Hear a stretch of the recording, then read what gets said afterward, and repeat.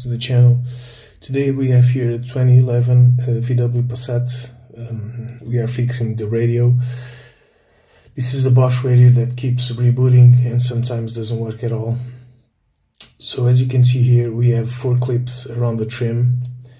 With the trim tool, it's easily removable. Just unclip it. You don't even have to unplug the plug there. The hazard lights, you can just leave it like that. It's out of the way. After that, you have 4 T20 bolts, Torx, as you can see here. Well, I don't think I can zoom in enough on the tool, so you can see that it is actually a T20, but it is. Then you have to unclip the harness from the radio, which is very similar to a BMW plug, which you have a little tab there, and then just push that tab out away from the radio and pull the plug out. This one is really self-explanatory. It's just a little tab. Just press that and pull the plug out. This is the antenna for the GPS and for the radio as well. Very easily removable, as you can see there.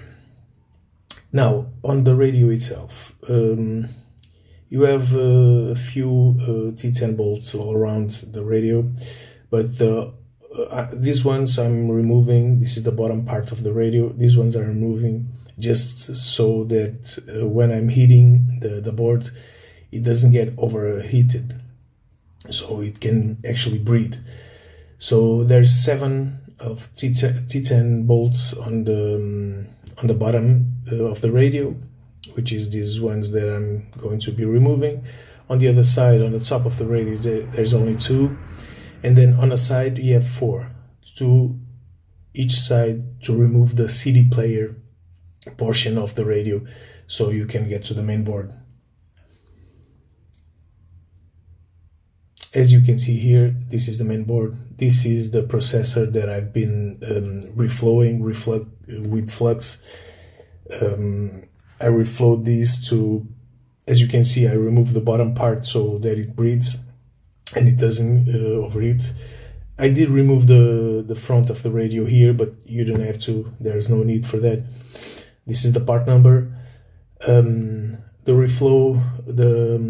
resolder I've done, it was made with hot air gun with the flux, and it was heated to 220 degrees Celsius. This is me trying the radio before even installing the CD player part, and you know what, it's working flawlessly. So now the next test is just to fit everything and leave the car with the radio on for at least 1 to 1.5 hours, just to make sure it works as it's supposed to. Yeah, guys, this is a quick fix. It's done in half an hour, if not less.